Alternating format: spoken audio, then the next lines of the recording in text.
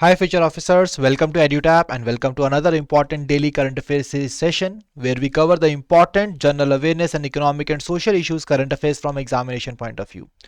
My dear friends, today we are going to cover a very important current affairs from the week of 23 to 31st of January 2026.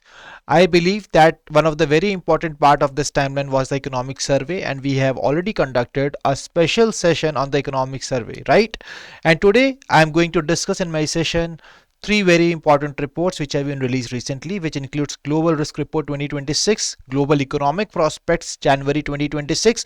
So these two are the very important reports, important for your both phase 1 and phase 2 of the examination.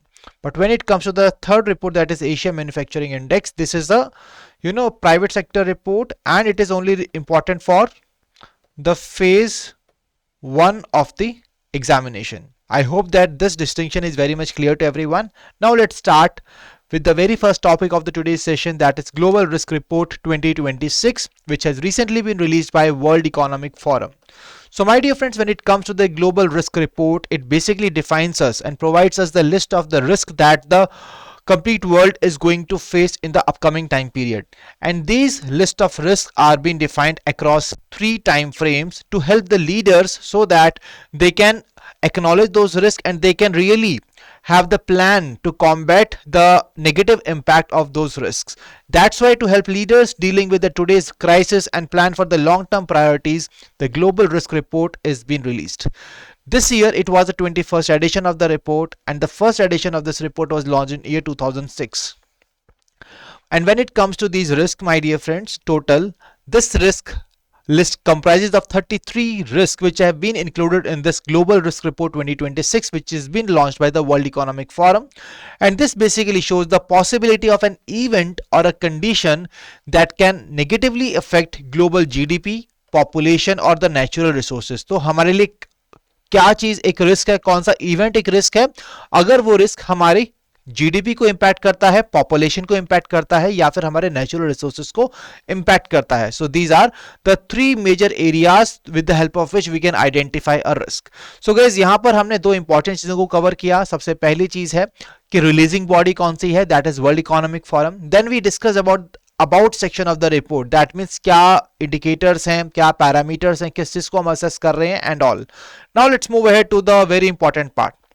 सो जैसा हमने cover कहा कि 3 time frames में ये risk को define करती है, that is medium term, short term and the long term. So यहां पर हम शुरू करते हैं सबसे पहले the risk which most likely to cause a significant global crisis in 2026. That means अभी जो हमारा प्रेजेंट ईयर चल रहा है, इस ईयर के लिए कौन कौन से रिस्क हैं जो वर्ल्ड फेस कर सकता है. और यहां पर सबसे पहला रिस्क है जियो economic confrontation.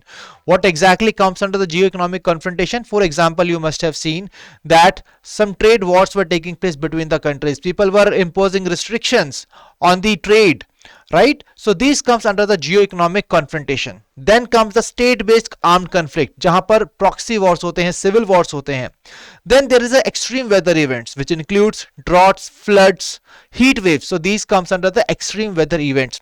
Then comes the societal polarization. So my dear friends, we see so many times that there are deep divisions among the people of a particular area, and these divisions are basically on the religion, ideology or any philosophy, right?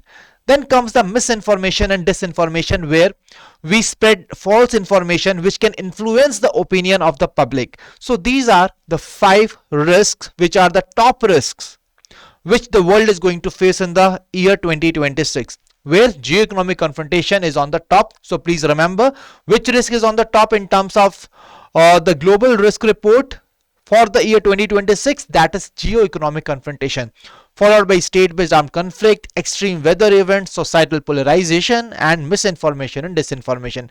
So दोस्तों, इन 5 risk को जरूर याद रखिए from examination point of view. And let me tell you here that even we have seen this report earlier in the phase 2 examination as well. That's why it becomes really important to be covered. अब आगे बढ़ते हैं अपने 2 बाकी के important areas को cover करने की, दैट इज हमारे जो 2 और टाइम फ्रेम्स है, short term and the long term. तो शॉर्ट टर्म में आता है आपके 2 साल का period, when in the next 2 years what are the different risks the world is going to face. Then comes the long term, that is which covers the time span of 10 years. When it comes to the short term, here again geoeconomic confrontation is on the top, followed by misinformation and disinformation, societal polarization, extreme weather events, and state based armed conflicts. So these are the risks that we are going to face in the upcoming period of 2 years, that is a short term period, जिसके लिए हमारे leaders को अभी से in risk के साथ deal करने की स्ट्रैटेजी और प्लानिंग कर लेनी चाहिए.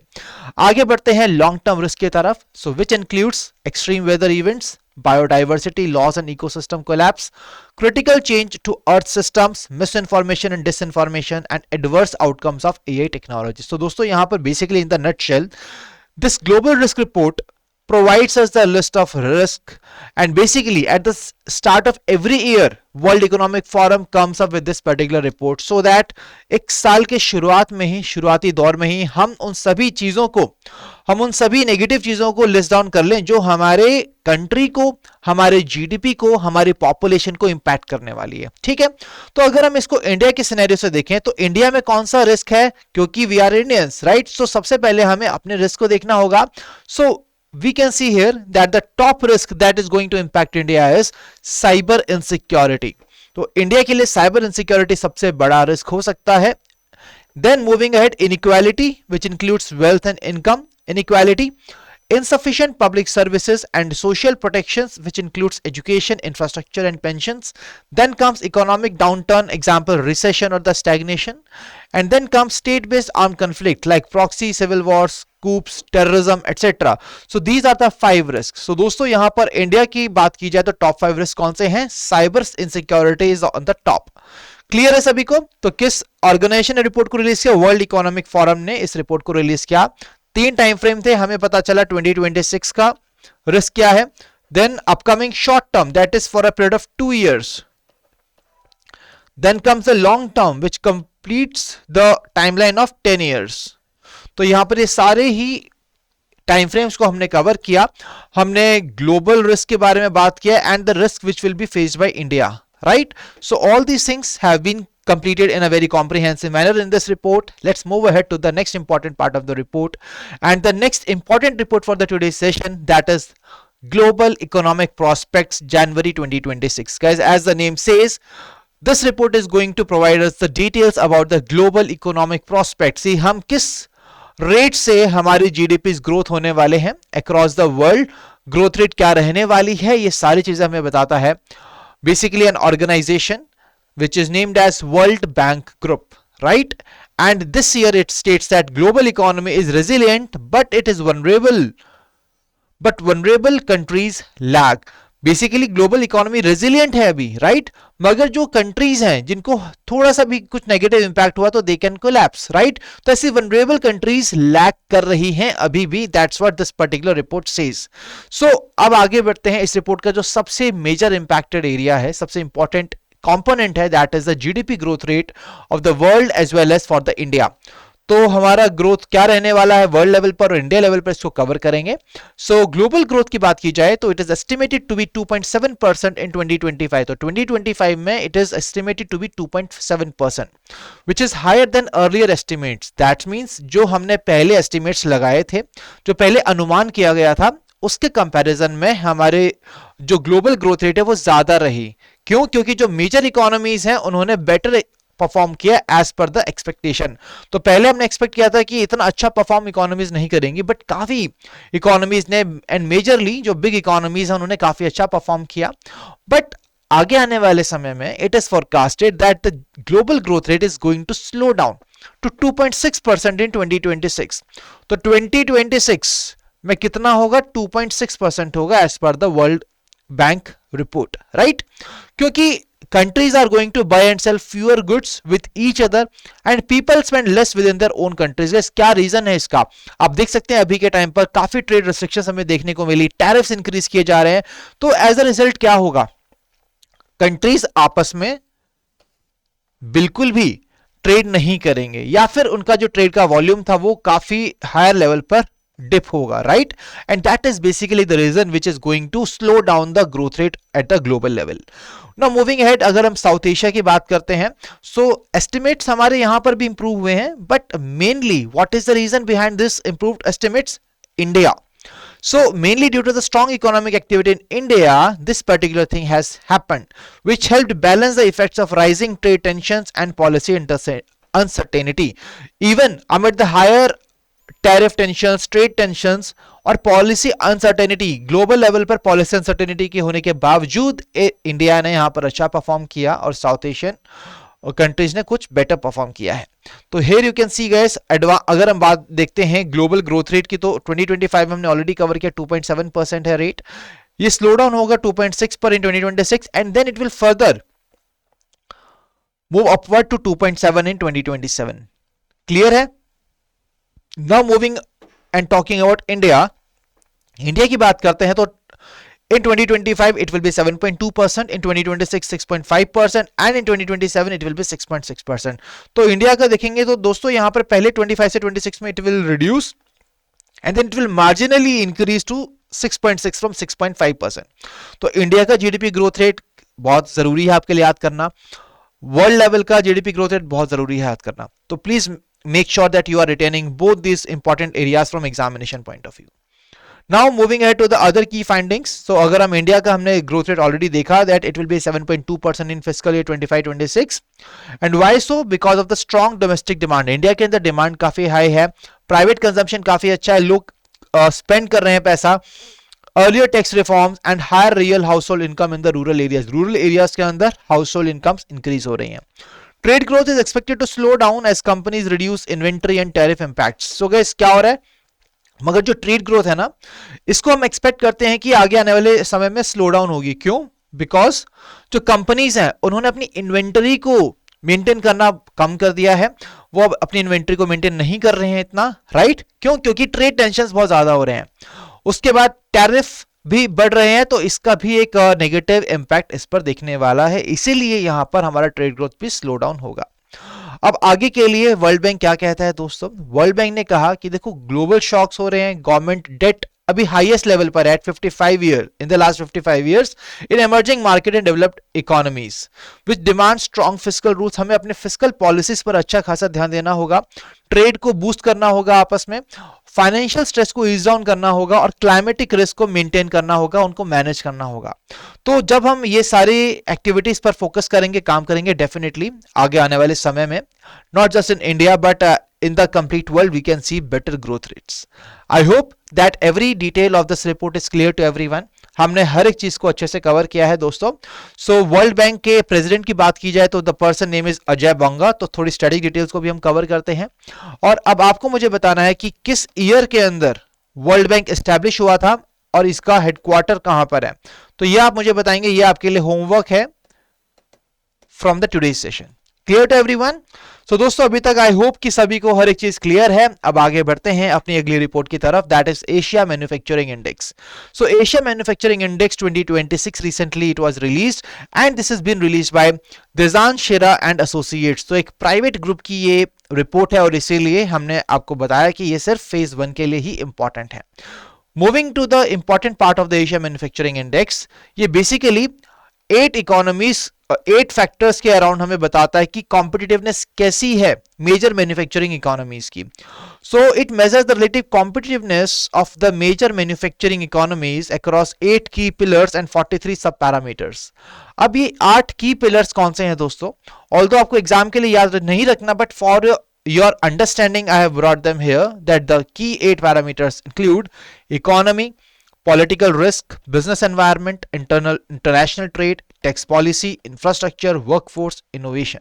तो ये 8 पैरामीटर्स के क्रॉस कॉम्पिटिटिवनेस लेवल कितना है, कैसा है इन इकोनॉमीज का, उसको असेस किया जाता है और उसके बेसिस पर रैंक किया जाता है. And again here you can see that this particular report has been topped by China, followed by Malaysia, Vietnam, Singapore, South Korea, and when it comes to India's position, which is the most important area here, that is 6th position. तो India कौन सी position पर है? 6th position पर है. On the top कौन सी country है? China is on the top. So Asia Manufacturing Index 2026 has been topped by China and India's position is 6th. And across how many key pillars the economies are being assessed in the terms of competitiveness level, that is 8 parameters. I hope that you guys will be able to retain this information because हमने इसको अच्छे से यहां पर समझा है दोस्तों from exam point of view. ठीक है जी, हर एक चीज क्लियर है अभी आपको. अब आगे बढ़ते हैं दोस्तों हम अपने एमसीक्यूज की तरफ. सी यहां पर मैं आपको हमेशा आपको यही बताता हूं कि देखिए दोस्तों, सिर्फ हमें इन आर्टिकल्स को कवर करना इंपॉर्टेंट नहीं है, इनके ऊपर एमसीक्यू सॉल्व करना भी उतना ही इंपॉर्टेंट है. तो शुरू करते हैं आज के एमसीक्यूज प्रैक्टिस को. And I want everybody to participate in the session. Make sure कि आप अपने आंसर्स मुझे चैट बॉक्स में बताते रहें. तो पहला क्वेश्चन है ग्लोबल रिस्क रिपोर्ट से, you have to identify that which of the following risk is not included. See guys, not included among the top 5 risk identified for India. India के लिए जो टॉप 5 रिस्क हैं उसमें से कौन सा रिस्क यहां पर नहीं है. ठीक है, आपको बताना है कि नॉट इंक्लूडेड कौन सा रिस्क इंक्लूडेड नहीं है. साइबर सिक्योरिटी था इंडिया की लिस्ट में, बिल्कुल था. इनइक्वालिटी बिल्कुल था. इकोनॉमिक डाउनटर्न भी था जहां पर हमने स्टैग्नेशन और रिसेशन की बात की थी. स्टेट बेस्ड आर्म्ड कॉन्फ्लिक्ट भी था. सो यहां पर तो सभी इसका पार्ट थे. So what will be the answer? Answer will be none of the above. Option E, none of the above will be the right answer to this question. Absolutely right. Now moving to the next part. Again from the Global Risk Report 2026, which of the following risks are included among the top 5 risks? कौन से risk top 5 risk में थे, ये हमें identify करना है. सो हमने already बात की थी 2026 के लिए.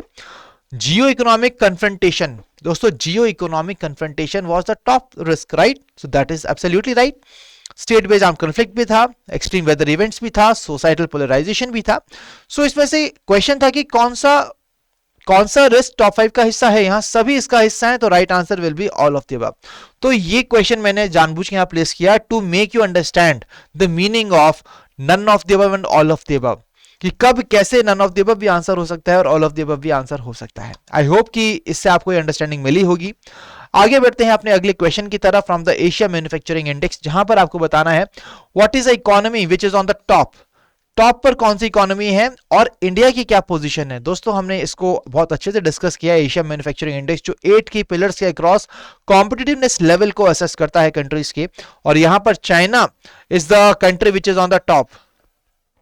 एंड इंडिया की पोजीशन बात की तो India was on the 6th position. So right answer will be option C, that is China and 6th position. तो जिस स्टूडेंट ने यहां पर इस क्वेश्चन का आंसर करेक्टली मार्क किया, please mark +1 in your answer sheets.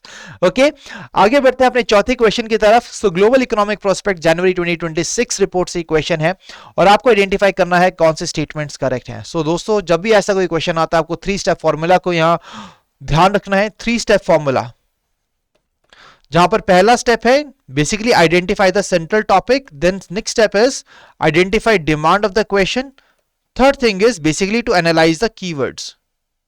सो यहां पर पहला स्टेटमेंट पर आते हैं. World bank estimated global economic growth at 2.7% in 2025. Is it right और wrong?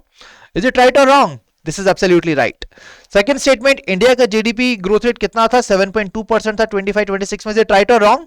This is again right.